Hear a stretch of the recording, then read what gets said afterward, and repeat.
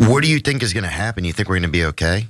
I hope so. Of course. I don't know. Do you think about it? I'm confused. I can't believe we went to this war. When we started bombing Iran, I was like, this can't be true. And what about Lebanon now? I know. Israel's invaded Lebanon. Yeah.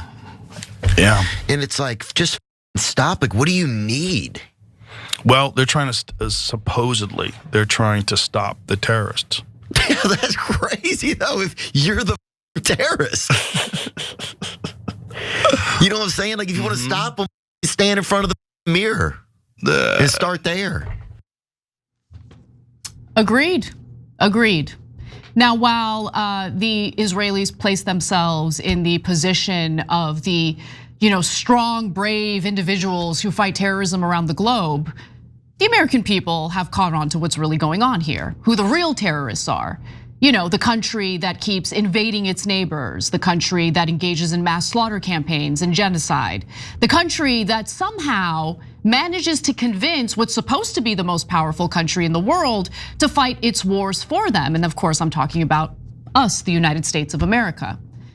And I love the fact that Theo Von has the cojones to say what he said on one of the top podcasts in the country. And yeah, it doesn't escape me that they're both individuals who helped get Donald Trump elected in the first place.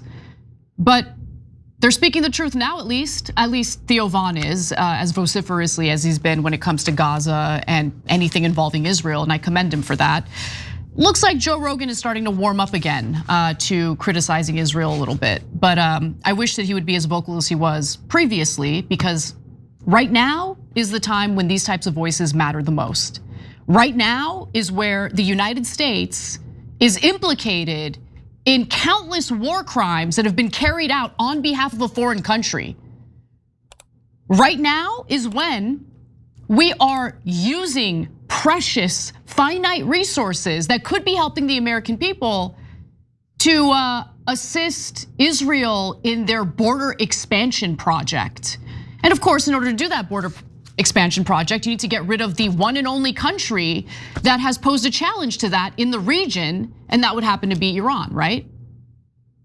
So why does Iran fund or arm Hezbollah?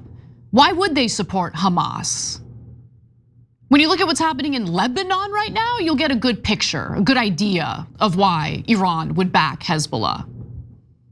Because what did Lebanon do? What did Lebanon do? Why does the southern half of Lebanon need to be occupied by the Israelis? For security reasons? Then why are they planning on settling it? And the same circular reasoning happens over and over again. They steal more land, they have these unhinged terrorist settlers settle there, and then the resistance comes and targets them. And then they cry and cry about how they're poor little victims as they live on stolen, blood-soaked land. And then the United States comes in, sacrifices its soldiers to fight on behalf of their disgusting project. That's what's going on here. That's what's going on here. So thank you to Theo Von for calling out the real terrorists in this situation. Just to give you a little update on the death toll, aside from the 72,000 confirmed dead people in Gaza, 20,000 of whom were children, we should talk about the more than 2,000 people who have been killed in Iran since February 28th, the first day of this war against Iran, on behalf of Israel, of course. The death toll from Israeli attacks in Lebanon has risen to 1,345 that we know of, 4,040 injured.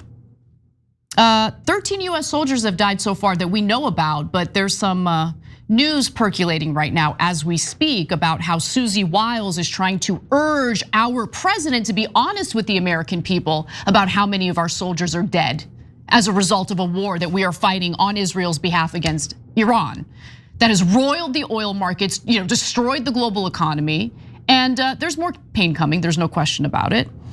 And when it comes to Israel, would you look at that? 24 people have been killed, 24. Even though the Iron Dome hasn't been as effective as people think, but they've got those underground bunkers. So when it comes to the Iron Dome, what is it really about? Is it about protecting real estate in Israel? Because I'm not interested in protecting anything in Israel That doesn't have to do with civilian lives. And when it comes to civilian lives, I would argue that the government of Israel should be more concerned with them. But they're not. They would rather have the United States fund defensive capabilities for Israel. And those days, I promise you, will be coming to an end. Because the American people are fed up with it. You want to pay for your Iron Dome system? Yeah, how about you pay for it yourselves? American taxpayers have done enough for that god-awful country. And when I say god awful, I mean it. I mean it. I mean it with my whole chest. Let me give you another example, just from today alone. I mean, forget all the other atrocities we've been talking about on this show for the last 2.5 years. Let's show you the latest. Because Israel just passed, the Knesset just passed their new death penalty law that only applies to Palestinians who get tried in military courts that have a 99% conviction rate, meaning that a lot of innocent people seem to be getting convicted. That doesn't surprise me. And here is Itamar Ben Gvir, okay, one of the top terrorists in Israel, showing off the gallows, showing off where these Palestinian prisoners will be executed, celebrating it. If you can remember, as soon as that new law passed, homeboy was popping bottles. You see members of the Knesset drinking champagne. Why don't we take a quick look at that video so we can remember real quick.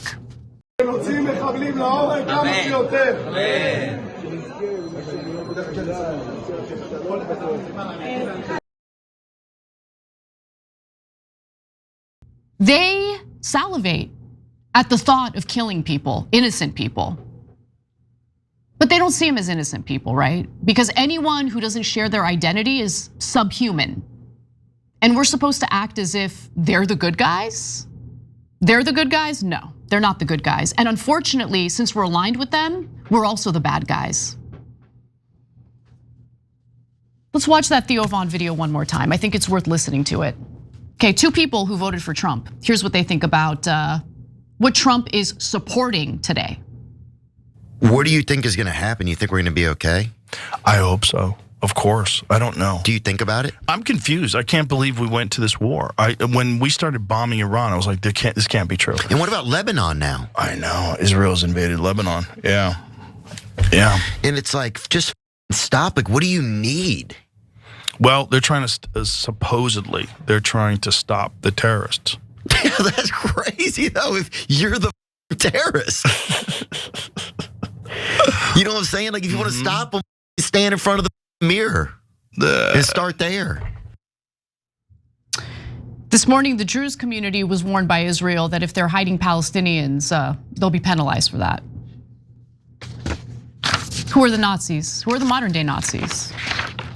So please don't come at me and talk about like, oh, there's so much Jew hatred. No, people hate the nation state of Israel for good reason. Just like good, kind-hearted people hated Nazi Germany when Nazi Germany was a thing.